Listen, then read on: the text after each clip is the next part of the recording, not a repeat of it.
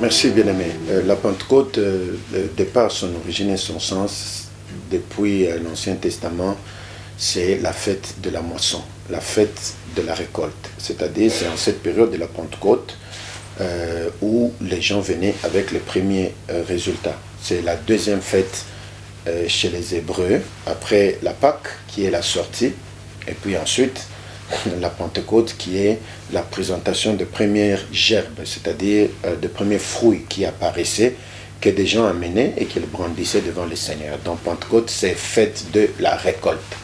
Dans le Nouveau Testament, la Pentecôte, qui exactement, comme dans l'Ancien Testament, vient 50 jours après la résurrection du Seigneur, nous célébrons la venue du Saint-Esprit. Et on appelle cela la fête de la Pentecôte. Alors, en reliant l'Ancien et le Nouveau Testament, dans le Nouveau Testament, quand la Pentecôte apparaît, c'est-à-dire quand le Saint-Esprit descend, il y a formation et apparition directement de la première Église. Dans l'Ancien Testament, c'est la présentation des premiers fruits, et dans le Nouveau Testament, c'est la matérialisation et la concrétisation de l'Église. Et c'est cette Église qui va continuer pour accomplir la mission du Seigneur jusqu'à ce qu'il revienne. Voilà en bref la définition de la Pentecôte comme fête dans l'Ancien Testament et comme événement dans le Nouveau Testament. Ça, c'est la question la plus importante. Nous sommes dans ce qu'on appelle le confinement, mais je l'ai dit et répété chez nous ici à l'église, le ciel n'est pas confiné. Nous sommes confinés, Dieu n'est pas confiné. Alors si Dieu n'est pas confiné, le Saint-Esprit n'est pas confiné, la Bible dit mon Père agit. C'est-à-dire le Saint-Esprit continue à faire son action. Alors pendant cette période de confinement, c'est la période durant laquelle on donne l'occasion à chaque chrétien, de démontrer que réellement il a été chrétien.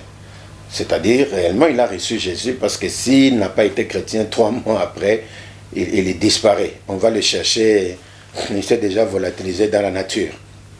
La deuxième des choses, c'est pendant ce moment où les gens doivent vivre la vraie vie chrétienne.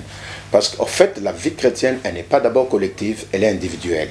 Donc le confinement nous rappelle que le temps que nous passons à l'église, il est court par rapport au temps que nous passons seuls.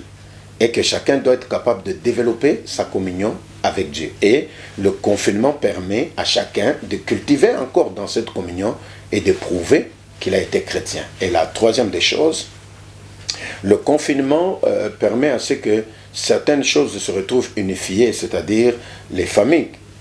Dans les couples, par exemple, les hommes, femmes et enfants ne pouvaient jamais être ensemble. Aujourd'hui, au nom de ce confinement, au nom de cet événement, ils sont obligés de rester ensemble à la maison. Mais seulement, le confinement étant comme une prison, parce que, vous voyez, il y a des gens habitués à trop sortir, trop se promener, et quand vous l'obligez de rester, il est comme dans une prison. Alors, toute prison dispose la personne à l'énervement. Dans l'autre sens, les psychologues ont prouvé que le confinement expose les gens à être tendus. Alors le Saint-Esprit, sa place c'est quoi? C'est lui qui, donne aux gens la possibilité d'avoir une vie chrétienne réussie. Pierre était avec Jésus. Il a suffi seulement de quelques jours que Jésus ne soit pas là, qu'il puisse rentrer à la pêche, et que Jésus le trouve même à la pêche là sans habit. Donc vous comprenez qu'il suffit de quelques jours pour qu'une personne qui était chrétienne en train de chanter se retrouve aujourd'hui dans les bars. Parce que, alors que les églises sont fermées, la brasserie n'a pas fermé. C'est qu'un buveur d'avant peut rechuter là-dedans. Donc le danger est permanent et le péché n'a pas été confiné. On a confiné les gens, mais on n'a pas confiné le péché. Donc même dans le confinement, les gens peuvent encore chuter dans le péché. Alors le Saint-Esprit, son travail, c'est d'aider cette personne en lui rappelant quelles sont les vertus chrétiennes, quelle est la sémence chrétienne en lui et qu'est-ce qui fait sa force en Dieu. C'est pourquoi le Saint-Esprit est utile pour rappeler. Deuxièmement, c'est le Saint-Esprit qui est le facteur de l'unité même dans le couple. Au lieu que les gens puissent avoir les nerfs tendus et qu'ils puissent avoir des échauffements inutiles, c'est le Saint-Esprit qui vient calmer la situation pour dire ça va passer, c'est bon, ça va évoluer et la famille est la première base de toute société. Et enfin, c'est le Saint-Esprit qui nous donne même la capacité de prendre le temps de lire la Bible. Parce que vous pouvez le vérifier, on est en confinement, Mais certains chrétiens en confinement suivent trop les films, sont trop dans les WhatsApp, sont trop dans les Facebook, et très peu peuvent dire qu'ils ont le temps même d'ouvrir la Bible.